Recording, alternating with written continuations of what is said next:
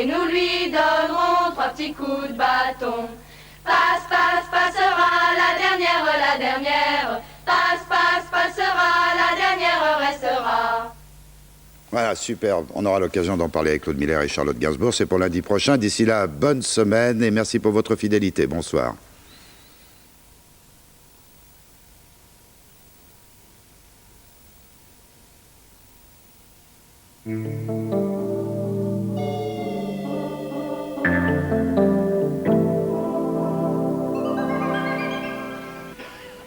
Queenie. Je voudrais bien être dans un film plus tard. Quoi, tu voudrais être une vedette de cinéma? Non. Je voudrais simplement habiter dans une aussi jolie maison. Ce merveilleux film, en 2 épisodes, retrace la biographie romancée de la célèbre actrice Merle Oberon.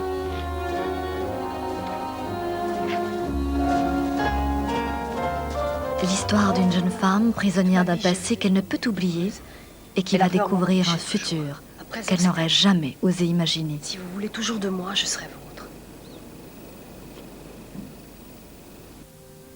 Sans doute, oui. Avec la jeune Mia Sara et Kirk J'avais vu Douglas. ça 3 fois. Sur votre télévision, le 3 et 4 janvier à 20h05. Aussi bien que moi. Queenie.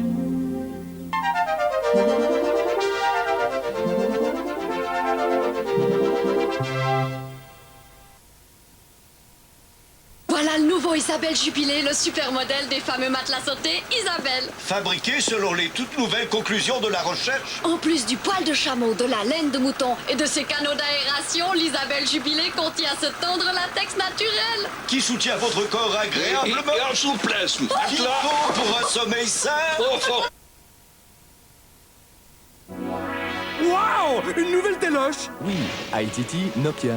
Géante l'image! Digivision? C'est clair, c'est l'ITT Nokia. Une belle affaire! Réception par satellite, et son IFI 2x40 watts! Incroyable! L'image dans l'image! Mais c'est presque un ITT Nokia! Mais enfin, c'est un ITT Nokia. Mais depuis quand, toi, tu te branches sur la technique d'avant-garde? En fait, moi, ce qui me tue, c'est son look. Ah bon?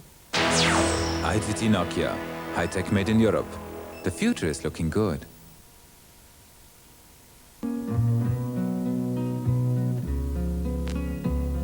Carte noire. Try to remember when life was so tender. Carte noire. That dreams were kept beside your pillow. Try to remember when life was so tender. Carte noire de Jacobs. Un café nommé Désir. Whiskas time, it's Whiskas time. J'aime les animaux, j'aime les chats. Je pense qu'ils le sentent. On veut leur faire plaisir, on veut leur donner ce qu'il y a de mieux et ce qu'il y a de meilleur pour moi et surtout pour mes chats, c'est Whiskas. Whiskas sera toujours Whiskas, l'aliment préféré des chats. Les chats achèteraient Whiskas. Sachez bien que seuls les véritables matelas Bico portent cette étiquette jaune.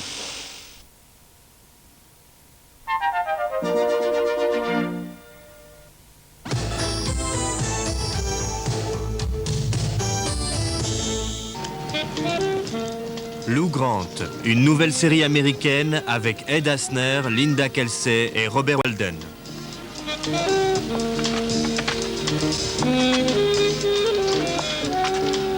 Vous étiez le chef de Duncan, n'est-ce pas? Oui. Et vous, vous êtes... Son passe-temps favori. Qu'est-ce que vous faites quand on se cramponne à vous? J'essaie de me décramponner. C'est difficile à mon âge d'être fils unique. Roger, c'est vrai que tu es son fils unique. Mais de son côté, elle est ta mère unique. Je crois que je vais tomber amoureuse. Viviane, un double scotch, s'il vous plaît. Amusant, non? On devrait y jouer plus souvent. Pour 3, ça manque un peu de place. Lou Grant, dès lundi 9 janvier à 13h45 sur votre télévision.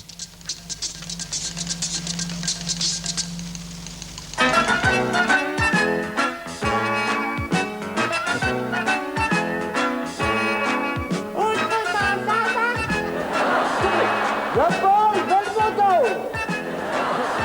Bon, il y en a qui comprennent, il y en a qui comprennent pas. On se dit,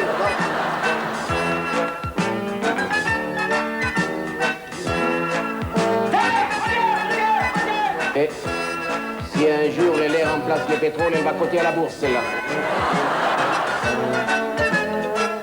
il n'arrête pas du tout, ça m'avance à quoi, c'est pas possible. Vous qui voyez, c'est pas moi.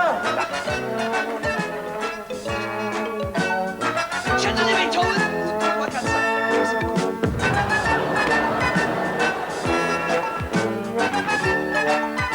Mesdames, mesdemoiselles, messieurs les autres,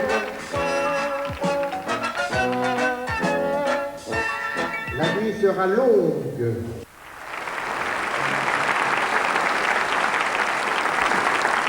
Tous ceux qui sont ici ce soir sur scène doivent beaucoup à ce duo exceptionnel. Ce sont des gens qui ont inventé un genre. Je sais pas, quand vous voyez un film, un ancien film, un vieux film, et que vous voyez jouer Charles Vanel, vous voyez jouer Jean Gabin, Arletty, à côté de leur partenaire, ils jouent vrai, ils jouent juste. C'est des choses qui n'ont pas pris une ride. Non, pas, ça n'a pas pris une ride. Eux. Et dans l'humour, il y a des gens qui avaient un talent fou, qui ont toujours un talent fou, et ce qu'ils vont dire sur cet écran, ça pourrait être écrit hier. Vous avez deviné qui c'est? Poiret Serrault. Serrault Poiret, Michel et Jean. Le permis de conduire un orchestre.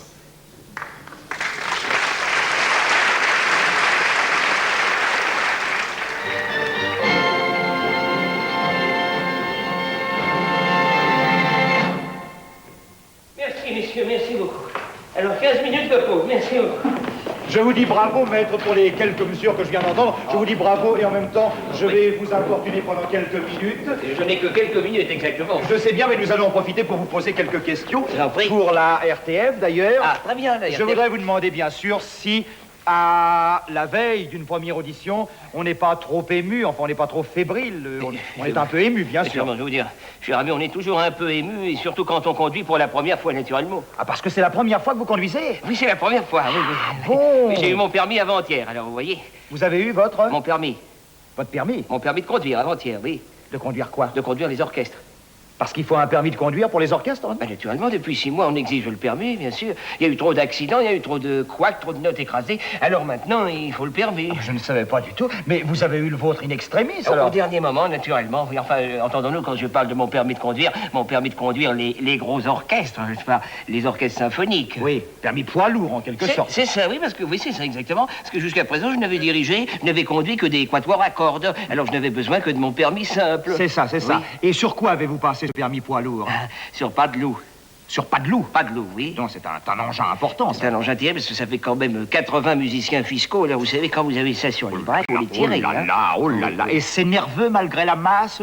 L'ensemble est très nerveux, mais surtout les violons, Oui. Et alors, il faut bien changer de vitesse à chaque mouvement, sinon vous esquintez votre orchestre. Ah, bah ça, malheureusement, c'est comme dans tout. Il y a un manque de prudence qui est à la base de 80% des accidents, je crois. Il faut faire très attention. Oui, il faut très attention. Vous savez, parce que croyez-moi, quand vous avez une corde de violon qui pète dans un scherzo, ça fait dur à faire. Je me doute bien, oui. Est-ce qu'il y a quelque chose à faire dans un accident comme ça? Malheureusement, il n'y a pas grand-chose à faire. Oui. Il n'y a pas grand-chose. Ce qu'il faut faire, c'est glisser l'archet jusqu'à fin de course. Oui. C'est tout ce qu'on peut faire. Mais on ne peut pas essayer de rattraper, de redresser la note par une manœuvre Non, quelconque. surtout pas, parce que vous risquez de l'écraser, alors là, c'est la catastrophe. Oui, oh, mais je sais bien. Ah, moi, oui. moi, j'ai été témoin d'un accident comme ça dans un orchestre. C'était au Concert Colonne il y a quelques années de ça.